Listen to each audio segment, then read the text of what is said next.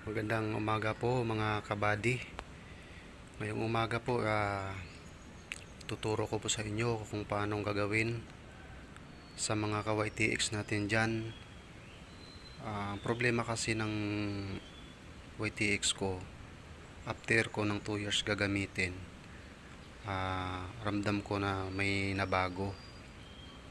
Una, kada umaga, pag umaga na siya, mahirap na siyang i-start sa umaga.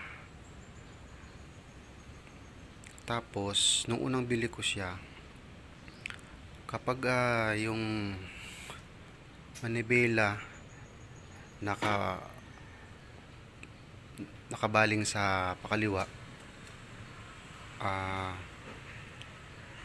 namamatay siya. Tapos pag nakabaling naman dito sa kanan, nagwa-wild siya.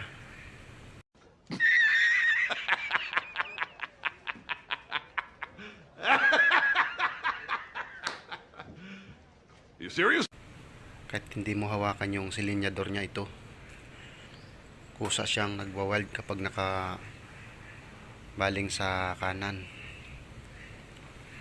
So after 2 years ko pa nalaman yung ganong sakit niya.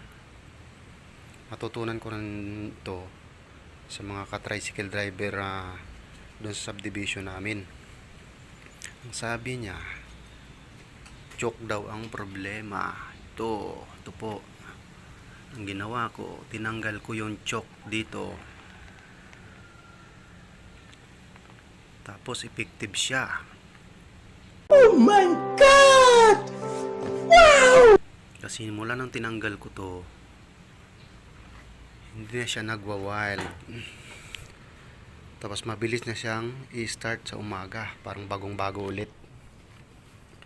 Tingnan po natin mga kabady Yan, nakauna. Start ko. Yun, smooth na smooth po.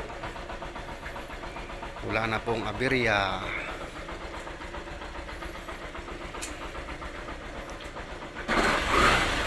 Kahit ibaling ko pa kanan, hindi na siya nagwa-wild.